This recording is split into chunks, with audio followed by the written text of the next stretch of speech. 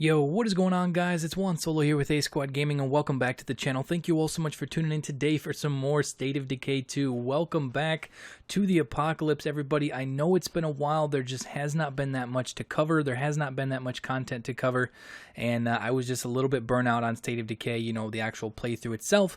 But today, this evening, we had Content Update 3.0 that went live for State of Decay 2 on all platforms, and it does feature significant quality of life improvements and a host of bug fixes that solve the confusing or frustrating issues. So we're going to be going through a few of these highlights, and then I will also link the entire patch notes down in the description so you guys can go check them out for yourself. But there's a lot of cool things in here, not a lot of actual like new content, but a lot of things that the community's been kind of asking for that's going to make your experience in State of Decay 2 much smoother and with less issues. So the feature improvements that they put in the patch 3.0, all players in multiplayer game can now use the stuck radio command. So you can use the radio command if you get stuck on foot or in a vehicle, because it does say vehicles will now be teleported by the stuck radio command. So you can actually use this in actually in your vehicle. So if you get your vehicle stuck, don't get out, use the stuck feature and it'll teleport your truck or vehicle or whatever out of the situation. So, but the stuck radio command now won't teleport you all the way back to your base. It's just going to teleport you to kind of like a nearby area and stuff like that. And then also players can now use the workshop facility to repair or salvage equipped weapons rather than having to drop them into the supply locker first. So you can actually repair the weapons that are on your character. You don't have to deposit them in your supply locker, which it's not that big of a deal, but it was something that just that one extra step, and sometimes it just was a little frustrating. You know, you would have to go to your supply locker, deposit the weapon, go repair it, come back, find the weapon in the list and everything like that. And it was kind of a bummer with that, you know, just that whole process of it. And then also with that, there are a few changes to the supply locker. So the supply locker is now automatically sorted by item type. And then additionally, the ranged weapons tab has the option to sort either by ammo caliber or weapon type. So you can sort it by sniper rifles, shotguns, that sort of thing, or you can sort it by ammo caliber.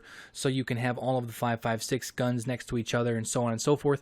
This is something that I am so glad to see put in here, because, you know, sometimes it was just a pain in the butt trying to go through and find out which weapons are, you know, what. You can kind of put them all in a very similar order and stuff like that. And then also when approaching the storage facility with a rucksack equipped, the interaction text will now display the resource type and the resource yield. So it'll basically tell you what you're going to get from your actual rucksack if you are to crack it open before you crack it open. And then also the mysterious wandering trader now appears more reliably, because after the Independence Day DLC, there was a lot of just, you know, the fireworks trader where you could get a bunch of fireworks and stuff like that. It has been adjusted so that the wandering trader does show up more often. It's very balanced now with the other traders and stuff like that.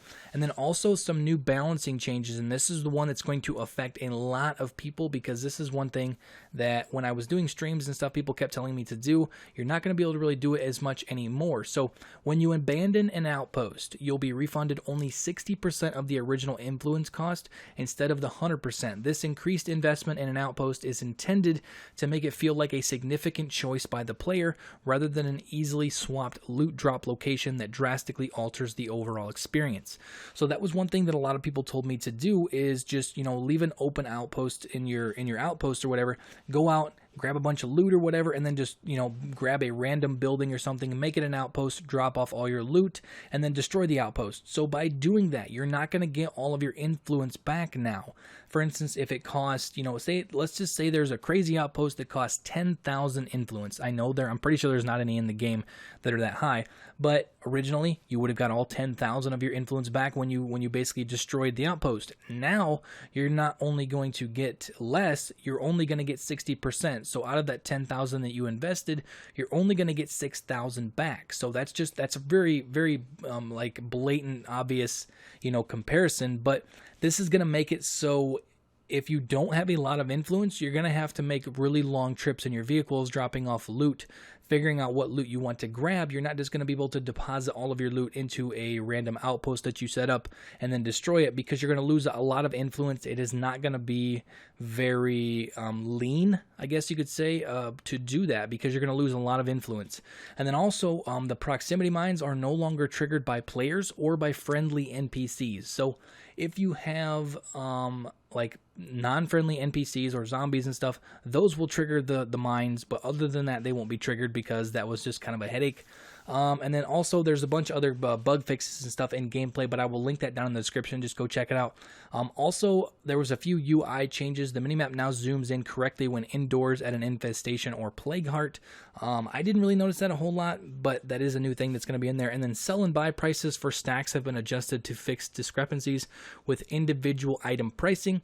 And then the out of storage notification now properly triggers when you deposit a rucksack that brings that resource level from just below your base's maximum capacity to above the maximum capacity. So there's going to be a little bit more of a gray, or should I say a less of a gray area of when you get to the top out of your materials and stuff.